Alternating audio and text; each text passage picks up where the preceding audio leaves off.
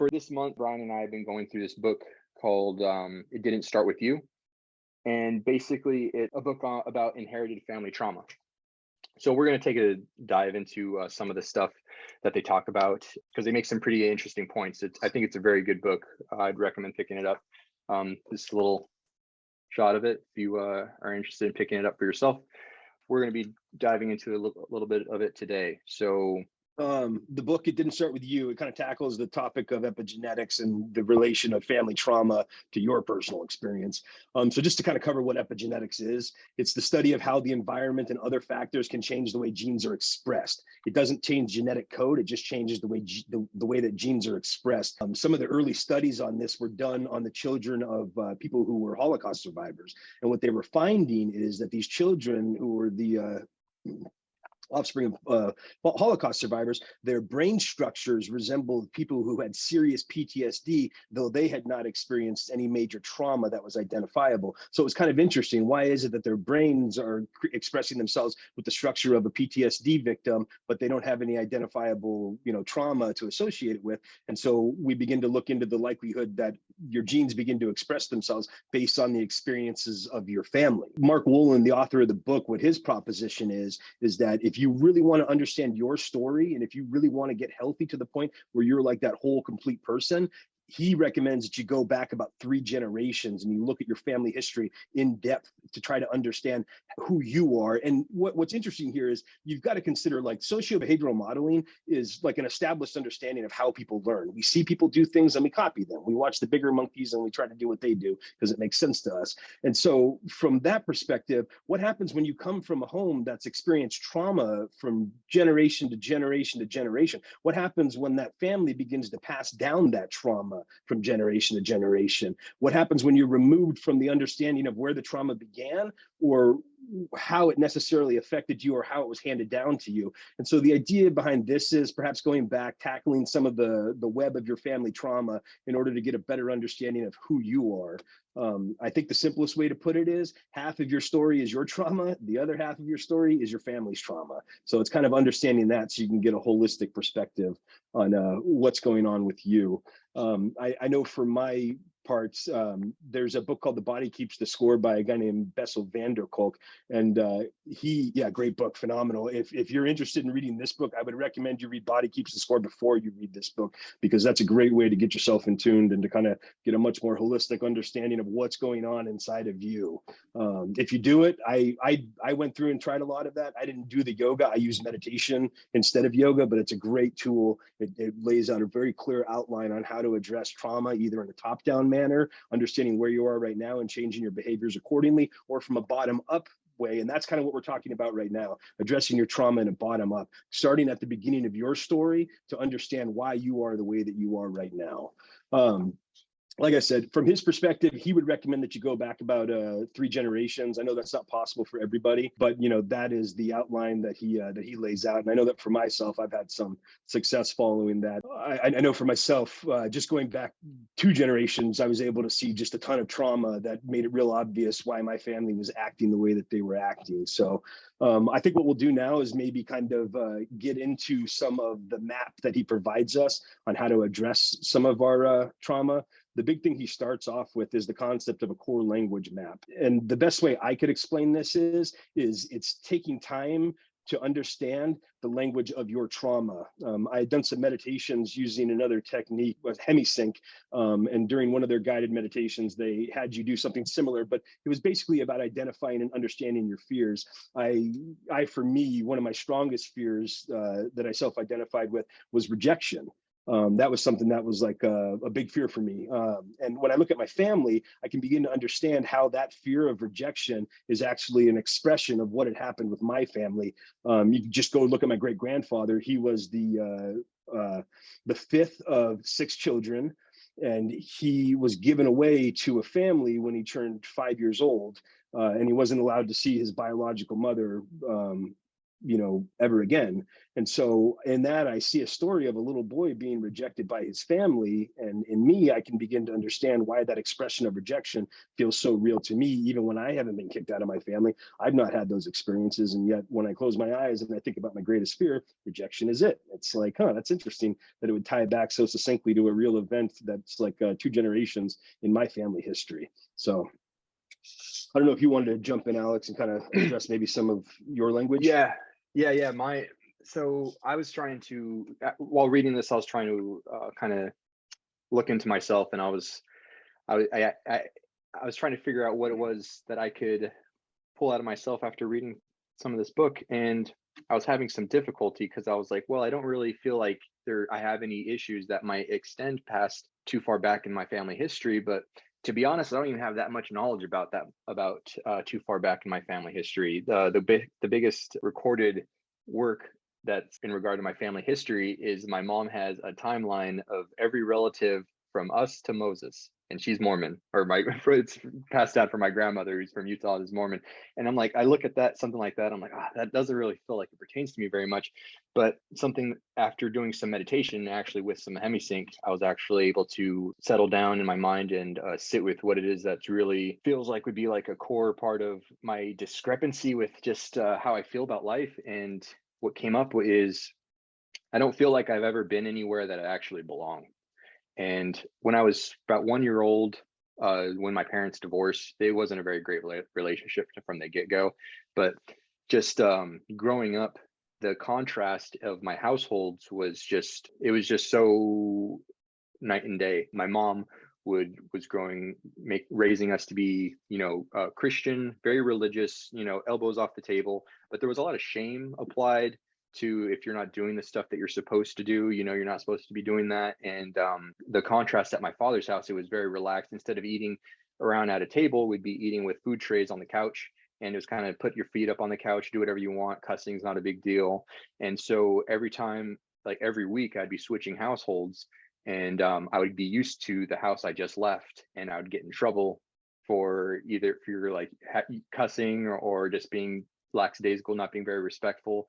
And then after my mom would whip me into shape, I'd go back to my dad's house and I'd be pointing out things that he shouldn't be doing, and he would yell at me, and like he would just he would punish me for just contradicting him in any way. And I just learned to just be quiet, because if I don't say anything, then I'll less likely to get in trouble for anything. And that's actually what very much led me into the recruiting office, is because I was still looking for a place that I belonged, because I wasn't getting it at home, at either of my homes. And just that type of relationship going back and forth, and then being kind of punished or ridiculed for acting like the parent I just left, it very much distanced me from having like a close relationship with any of my parents. And so that's kind of where I stand now. I don't actually even talk to my dad right now. I see him as kind of like a toxic person that's always trying to get into people's lives and get them into a situation that they owe him. And then my mom is like I just feel like she's not very emotionally stable. So it's like it hasn't gotten any better. And it's just recently had these types of realizations, and it definitely put a lot of this into perspective. I think that when you're dealing with this kind of trauma, especially this early on stuff, you may not necessarily be able to like fully appreciate your core language. You might have a hard time identifying what your real trauma is. One of the things I wanted to touch on, and this is actually something that Van der Kolk talks about in his book, but it's kind of the nature of trauma and what it affects. And so this is maybe just kind of a heads up as you're considering some of the stuff we're about to talk about. Maybe consider some of the blind spots that you might have that might make this difficult, and understanding that it's a blind spot might make it easier to like maneuver through it. But basically, when we experience trauma, there's a physiological effect that takes place. The medial prefrontal cortex actually shuts down. The medial prefrontal cortex is what is like keeping us present. It's looking around, and it's like being aware of what's happening around you. So when you're experiencing trauma, that shuts down. That's why it's so hard to talk about trauma. That very thing that was supposed to keep you present and help you remember what's going on has been diminished. It's shut down. It's not working properly. And so I think for me, a lot of my frustration early on when I was trying to address my PTSD and do it through therapy, you're going in to talk to somebody in an office, every week, every 2 weeks. And it's like, I don't even have the words to articulate what happened. I didn't understand it was because I didn't remember, like in the most sincere sense possible. It like shut down. I shut down. And so I'm sitting there and I'm grasping at memories that I don't even have. So if you're just sitting here and you're with a waking mind trying to go back and address your trauma, that might not be the best approach. If you take anything today and you walk away, maybe the idea is to go consider meditating on some of these topics. Remove all the distractions of your five senses, put yourself into a meditative state, and allow yourself to go through a process of self-discovery, understanding maybe some of the things that you don't understand about yourself. Even though you've experienced them, maybe those memories aren't necessarily something that you can access without going through a little bit of an extraordinary process. And that process would be, shutting your eyes and going through the meditative process of trying to understand who you are and what you've been through. I just wanted to encourage you with that, because when I read this book, it became real obvious to me that if I had started reading this book and tried to use this as a therapeutic tool before I had kind of gotten my mind a bit healthier, I don't think I would have been able to get as much out of it as I did. You need to consider that these are traumas that you've been carrying your whole life, and it's going to take a sensitive and delicate touch in order to kind of bring them out in a therapeutic way that you could actually do something productive with it. So I just want to take a moment and kind of encourage you, let you know a little bit what's going on with your mind when you're exposed to trauma, just kind of give you a sense that if you kind of feel helpless and you don't feel like you understand what happened or you don't have the words, that's very, very normal. I would encourage you just to take some time in a quiet, closed off, meditative place to begin to understand yourself more, just kind of as an essential step to moving forward. Yeah, and just an additional note, this is the Portland Psychedelic Society, so sometimes I feel like a little bit obligated to mention the use of like entheogens, but to be honest, it's been very helpful, and for myself just to kind of put my ego into the background and be very just candid with myself and with what I have going on inside. PPS offers all types of different Zoom meetings for people that are like curious and new to the idea of psychedelics and stuff, but I definitely feel like I benefited from them in just like discovering myself in a sense. But the thing is you could overdo it for sure, and I definitely have been very in the past year just using just in the occasional microdose, because I feel like that kind of does the trick with just being able to put your ego to the side and being just very real and honest with yourself about some things to the point that you could address them. Because if you get into psychedelics, I hear people taking absurd amounts, and there's a point that it just becomes distracting and it no longer becomes a tool, it becomes a recreational, fun little thing that you like to do. And so if anyone is interested in like using psychedelics to be able to like the concept of self-discovery and exploration, I think I think there's a lot of benefit to it, but it's very easy to abuse and to go overboard if you're not going into it with intention. So you definitely want to go into like meditation, and when you're trying to dive into what's going on inside and making you tick, have a plan.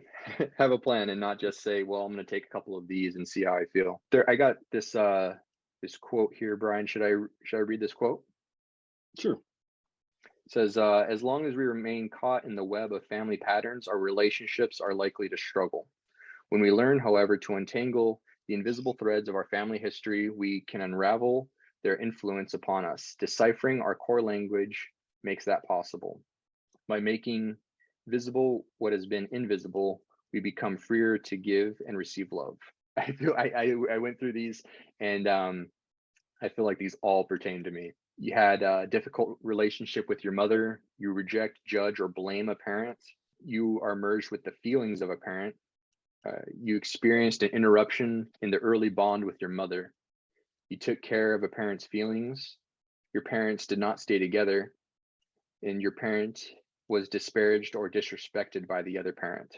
And then we have a section on core trauma. So core trauma have the unresolved trauma in our earlier family history that can unconsciously affect our behaviors, choices, health, and well-being. Worst thing that could happen to me is,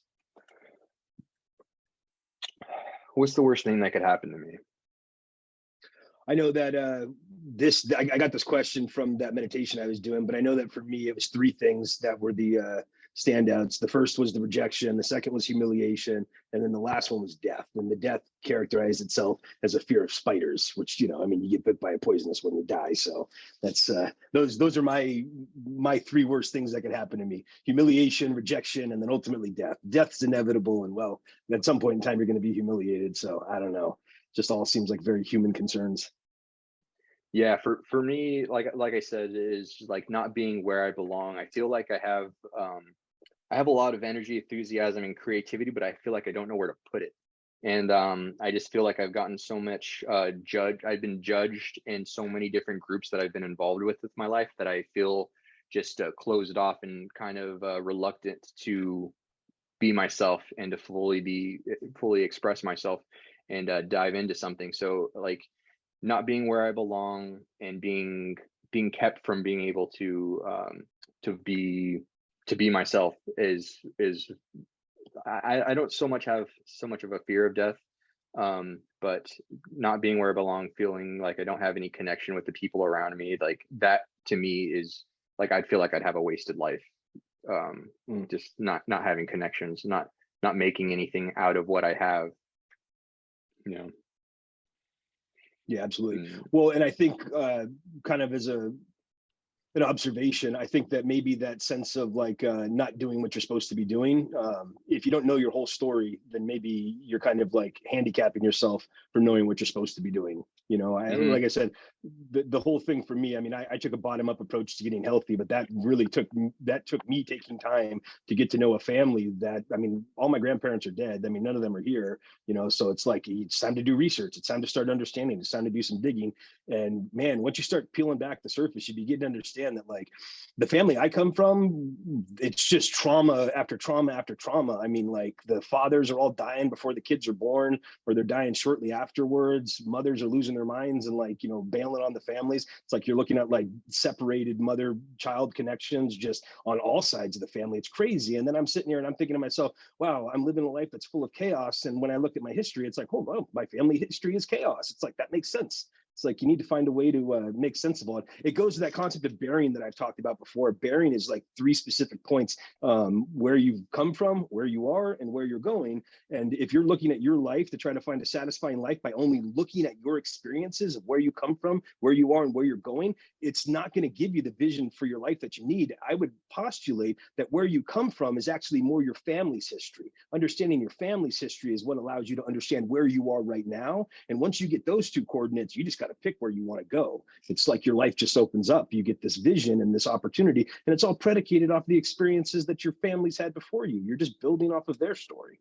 I mean, for me, that's just, I mean, and I'm speaking purely to my experience, but that's just been my experience, is that once I began to integrate my family's trauma into my life and have a little bit more grace and understanding for what they went through, it was like a vision for my life just opened up. It became obvious what I wanted to do. Sure. And I don't feel like I've quite cracked that egg just yet. Be with my parents, it seems like they're kind of closed off, and well, at least my mother is about it. My dad, I have yet to reconnect with, which I plan to do. I just am not quite sure when would be the right time to do that. But I mean, these people your parents are typically the ones that raised you, and if they have something going on that's changing the way that they act, and if they're trying to what's the word I'm looking for, if they're trying to counter some trauma they had previously in their life, it's going to show in the way that they act and the way that they live, and that eventually is going to rub off on you in some way. And so you might be picking up on an insecurity that they have or something. You know, it seems like typical of a mother to want to protect you from everything, but it's like what she decides to protect you from can be very revealing about what she was exposed to and what she experienced in her life, at least in her upbringing. Yeah, absolutely. Well, and the very act of trying to protect you might actually be preventing you from moving forward and getting an experience that you need, you know? So yeah, I think we have to consider that these people that we were raised by, our parents, they're creating a world for us that may not actually reflect reality. It might be kind of a delusional world. I know that the family that I grew up in when I was a kid, it was just a very violent, very like unsafe, unwelcoming, very withholding environment. And so I began to perceive the world as that. And a big part of me getting healthier was just understanding that's not how the world is. You know, the vast majority of people are pretty decent. If you can be open and honest with them and genuine, like that's called a conversation. That's a friendship. That's just like having a real human connection with another person. But that's not the family I grew up in. The family I grew up in was hostile and contentious, not just towards everybody else, but towards like the family itself. It was just it's a trip, you know? Oh, definitely. My especially on my dad's side of the family. I don't know if like Jose, if you would have any similar experiences with like what I'm about to say is like growing up, my that side of my family is I could see now how like insecure, but everyone is very it's that typical Chicano just machismo, very tough. Everyone is, you know, everyone's a tough guy. No one smiles in pictures, no one's actually loving, no one's affectionate. And I just it's just attributed to being part of the culture, but it's like it's very strange because I have such a large family that I was exposed to for so much of my upbringing that I have no like emotional connection with, and I don't know really out of any of them who to actually look up to, if any, because everyone was just so closed off and just like everyone was in like a defensive posture. It was just kind of a weird scenario, which I guess is more common than not. But yeah, I just wasn't expecting it just from the outside looking in. Well, I think the big thing is once you've identified your language and your trauma, and you can kind of get an idea of what your fears are and what you're working with, like what is difficult for you in the day, what is it that makes your life unbearable, and you can start to begin to tackle that. The idea is how do you begin to reconnect with who you're supposed to be? You know, I mean, if you've been living your life with like the shadow that you've been rejecting, your family history, your history, what do you do to like reincorporate those experiences into your life, and how do you do it in a positive way? And he lays out some really good options for integration here. My recommendation would be, you know, as we go through this list, if you do feel the need to reintegrate or kind of reconnect with any of your family trauma or just better understand it, feel free to like try to find ways to culturally incorporate it too. You know, it's like you know, if you had a Yiddish grandmother, you know, and she's passed away, you know, maybe learning like some common Yiddish phrases that are like positive, like how to say I love you, or like you're sweet, or you're wonderful. Just learning and knowing how to do those things creates a connection that helps connect you to your past. I don't have a Yiddish grandmother. I'm just, you know, throwing out an example. But, you know, what he starts with is the concept of healing sentences. I think for me, one of the big realizations I had is when I was really unhealthy, I'd convinced myself that I was the smartest man in the room and I knew everything. And so what I think was happening is I had a real big blind spot to the fact that like my childhood didn't really give me a lot of exposure to things that would like help me become resilient or like help me have coping skills, you know, things like that. Instead, I just learned to like act overtly aggressive. That was what you did in situations. And so I think that the idea that maybe there's a real lack of positive investments into people like me, people like us, you know, that maybe we grew up in homes where we didn't hear the positive things that we needed to hear, like I love you, or you're good enough, you know, or you're everything that you need to be. I know that those weren't words that I heard when I was a kid. You know, you know, maybe get an I love you out of your parents. That's shortly after they just got done whipping you with a belt. And so it's just very confusing. So I think the idea is that you want to try to incorporate some language into your life that maybe you weren't given by your parents. Maybe give yourself some positive statements that maybe they failed to provide you. But we talked about this before, the concept of socio-behavioral modeling. The truth is, like, we only do what we've seen other people do. We're kind of copies of copies. You know, that's the way it works. We do top-down thinking. We look at situations, we see when we've seen that before, and we make our decision based off of our previous experiences. And when all of our previous experiences have been pretty negative and we haven't had a real strong positive input into our life, it might be really important for us to go through, find some sentences that are really powerful and impactful, and start giving them to yourself in a way that, like, you're kind of giving yourself your own positive affirmations. And it's just kind of an acknowledgement that you didn't come from a family that taught you how to do that, that gave you those positive affirmations. And we as people, we need that kind of encouragement. We need to hear those things. We need that dopamine rush. We need to like have our body respond to positive things, not just negative things. So right. The healing sentences, I think, is a good start. It's not in The Body Keeps the Score. It is in this. I do get some of the sections of these books a little mixed up, but is it in this one that they have the group therapy and they have the role, people play the roles for people that have trauma to reconnect with like their parents that aren't actually there. They have like role players come in, or not. I think that was people in the group. Body Keeps the Score. Oh, okay. Yeah, I think that was Body Keeps the Score. That was an interesting one. But I mean, these affirming sentences and like, I think that's pretty interesting. I feel like that would be a good one to mention. These people, the authors of these books are like clinical psychologists. Is that right, Brian? Both of them? I believe so, yeah. So they would be hosting like in-person like group therapy sessions, and people that would have like disconnections with their family, they would actually have some other members that maybe be similar age or just at least the gender of, of their parents, and they would have them play the role of the parents of these people that have trauma and disconnections with their family members, and then they would give them somewhat of a script of just have them act this and speak in the same way that they used to, and then they'd have these role players kind of mending the relationship, just so that you could have someone that you could kind of associate with that role as your parent, and actually hear someone saying like, I love you and I'm sorry that I didn't act the way that I should have. I was going through something and it wasn't your fault. And it's pretty interesting. I before reading this book, I've never heard of such a thing, but if I sit back and think about it, I feel like there's something that you could really get out of that. I mean, what do you think, Brian? I feel like Yeah, I don't I'm know, actually someone going to pop just something up here. There are two Hemisync recordings that are really good.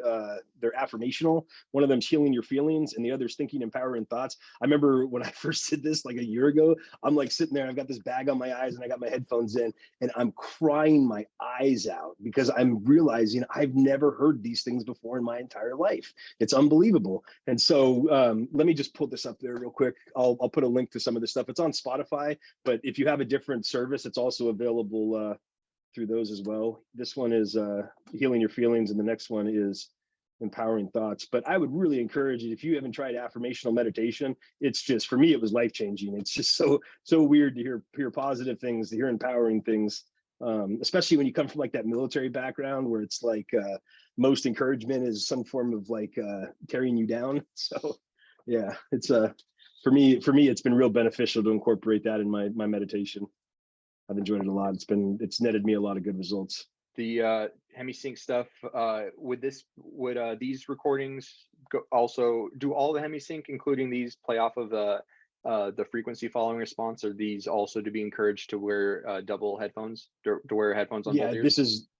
Yeah, basically the concept of Hemisync is they're trying to create a frequency following response, essentially in training your brain, creating brainwave synchronization. So you want to make sure your left earphones are in the left ear and the right are in the right, because they're trying to create a very specific frequency that's going to allow you to, the most productive I found is theta, but you can do alpha, you can do all kinds of other frequencies as well. Yeah, theta's good for like meditation. It's very like calming. But yeah, frequency following response. Yeah. Well, yeah, having you don't want to be having it playing off of like a speaker or something like that. You want both your ears to have their independent audio being played to them, because the frequency following response phenomenon, it's a real thing that I feel like we go through this every time we have a talk, just because Hemisync has been just so beneficial for us. The frequency following response, your ears will take in the sound frequency from both ears, and they'll entrain and mimic what's in between them. And so these audio recordings are produced with the intention of having your brain synchronize to them and mimic it. And what it's mimicking is a state of meditation. And so that's just been very beneficial, just trying to just when you're trying to get into thought and have like monkey mind, you keep thinking about other things going on in your life, you're trying to focus on your thought and you keep getting distracted. This has been very helpful to be able to break through that, just cut through those distracting thoughts, and be able to spend a good amount of time where you're completely enveloped in this intentional thought that you're trying to work through. And I feel like we've benefited greatly just from exploring the different recordings they got. We kind of went through this. The one thing I just want to illustrate real quickly, and this is kind of a major theme throughout the book, it's the observation the author makes, essentially, that deliberately viewing the positive in any situation is a way to remap how you think. And so like you were talking about your parents about maybe not having necessarily reconnected, and still dealing with some struggles. I think maybe like for me, a lot of it was just dropping my expectations. You know what I mean? I know who these people are. I'm not watching any change in them. They're doing their thing. So I just need to find a relationship that's got the boundaries that I need, but where I'm able to receive the love that they can give me. Because there is some love in there. You know, it's their own special kind of way. And it might hurt a little bit sometimes, but it's like about trying to understand that and get that to like a healthy, balanced place. Right, but it's like their trauma is like static and it's like disturbing the message and it's not fully being received the way that it was intended and sent out as. Well, I was gonna say, well, the truth of it is though, is that yeah, that they're static, but they think that they're doing so much. I mean, this is like that classic Alan Watts, where it's like these people, they're on like a tightrope and they're barely hanging in there. And it's like, you'd be best just leave them alone. You know what I mean? They're like, they're putting on the show of their life and they're giving it everything. You know, it's like, just respect that. You know, there's no point to yell at them and try to scare them. You know, it's like, so yeah. Yeah, should we run through some of the healing sentences or should we get into the healing ritual stuff? Yeah, you can go through the sentences and then we can pop right into the rituals. Yeah, like we were saying before, the author came up with a couple of sentences just to help people connect back with their parents. So they're imagining that they're speaking to their actual parent. It could be someone that's just playing the role of their parent just so that they could be there to respond to them and like embrace them after, or it could be to a picture of the person that you well, it's sentences coming from them, but so these are things like messages to have that would you say that you're imagining these your parents telling you this, Brian? Yeah, absolutely. I mean, we think of the imagination as like, you know, child's play, when really it's not. The imagination has the ability to manifest. I mean, yeah, imagine things intentionally and see what happens. You know, you'll create an entire universe. You'll create a world around you, you know? Yeah. Yeah, no, So imagination is key.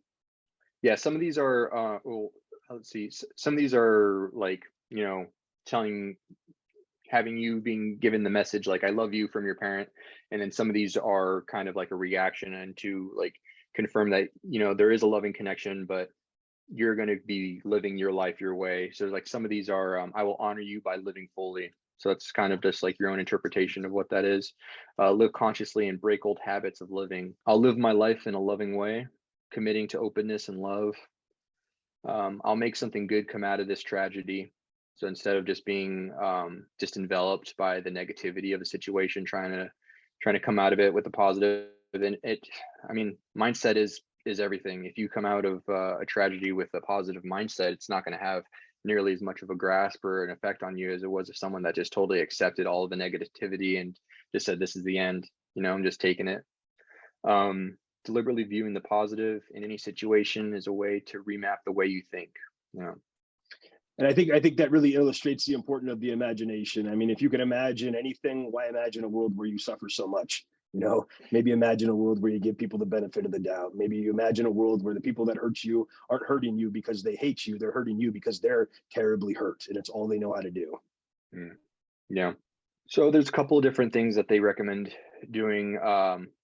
Having a photo of these people. So it's like I'm not much of a person that has many photos up and around. My mom very much is, but having photos of people on your desk or above your bed, just to be able to reconnect with these people, even if your relationship with them isn't very good, if it's pretty abrasive or has like a negative history, still having that intention of a positive outcome, positive relationship with these people. I mean, that's kind of what that's in the end what we want. Everyone, I mean, this group is pretty much focused on trauma, but the point that we're trying to make in all of these is like everyone just wants to be happy. Everyone just wants to know the truth, and everyone just wants to be happy. And it's like it's interesting that we have to kind of sift through the mud to be able to get to that point. But depending on your like your religious background and your family history, like lighting candles, that's very big upon like with Hispanic communities. That's not one that I really follow because I'm not super religious anymore. But writing a letter or journaling is something that I'm learning is actually very powerful, because if you I would find myself always just being taken over by thought, negative, mostly negative, and I would just marinate in that negativity. But if you get things out, it's interesting how revealing, and this is kind of like the core language that's what's mentioned in the book. Like you could actually pick apart of what you say and get to the bottom of like what it is that you're feeling. And when you write a letter and you journal, the practice of actually putting what you're feeling into words is enough processing of a thought to actually get you to start moving towards progress instead of just sitting where you are and just feeling bad, just feeling negative and feeling upset about how something isn't what it should be. And then let's see, developing a supportive image. What's a supportive image, Brian? Imagine you had a mother that didn't really spend a lot of time holding you, or take those moments to sit next to you when you were crying or you were hurting. Maybe you can imagine a mother that would have sat next to you and kind of stroked your head as you were crying or you were in a moment of pain or frustration. I think a lot of it's just reframing the perspective on things that happened. I can always view my parents as abusive, or I could just view them as people that lived through abuse and then turned around and handed that all down to me. But it's just reframing that perspective, giving yourself a little bit more room to allow yourself to imagine that it could have been different, because it probably should have been different. And creating a boundary. Consider your culture and family history when choosing a ritual. What kind of boundary? The creating boundaries is essential, because it's important to understand that we're not necessarily dealing with the most healthy people in our families. And so you've got to protect yourself. At the end of the day, you can be there to receive love, but you can also be there to receive a lot of negativity too. So it's about understanding when it's time to go. I think a big thing for me, especially when it comes to my family and with other people that I feel like I might owe things to, I have to keep reminding myself that saying no to other people is saying yes to myself, and I deserve to say yes to myself. So for me, that's a real big boundary that I've established, that when people ask me to do things, I need to consider real long and hard whether or not I really want to do this. Am I just saying yes to say yes, or am I saying yes because it's something I want to do deep inside of me? Yeah. So we have some more senses. So the previous ones are actually supposed to be ones that you would be saying to your parent or your guardian, just someone who raised you, someone who's been a big influential part of your life that you don't feel like your relationship has been like the most spectacular. But these sentences are the ones that you want to be imagining that your parent would be saying to you, because you might not have heard them before and when you needed to. And those sentences, just a couple of they kind of recommend that you more than welcome to like create your own, just to tailor them to speak to what you needed to hear. But some general, just basic ones were, I love you for who you are, and there's nothing you have to do to earn my love, which is something that speaks to me that I think I would have probably benefited from myself, just reading that, because my love for my parents was very much conditional, because it was all measured by my relationship with God and their religion.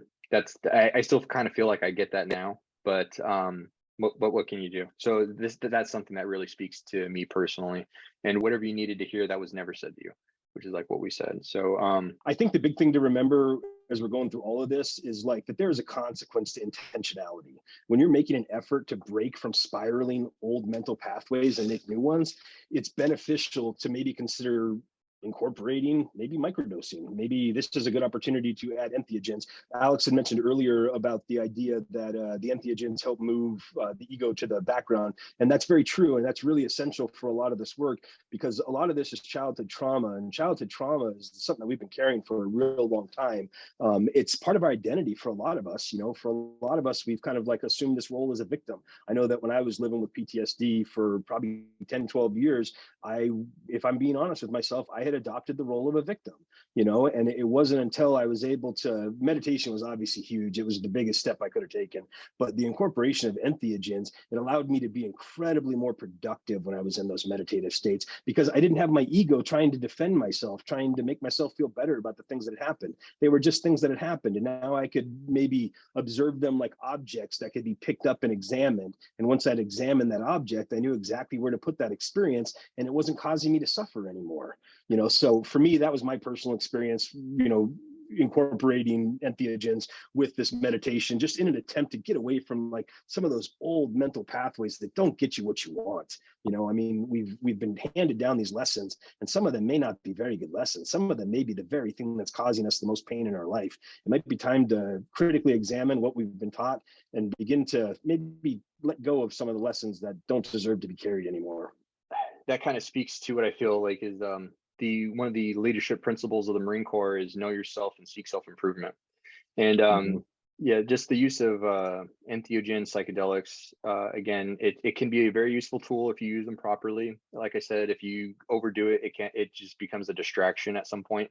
But something that a good analogy that I heard someone say describing psilocybin or magic mushrooms is like you're on a snowy hill and your thoughts are sleds going down and they're carving their way through the snow. And when you take psilocybin, it's like adding a fresh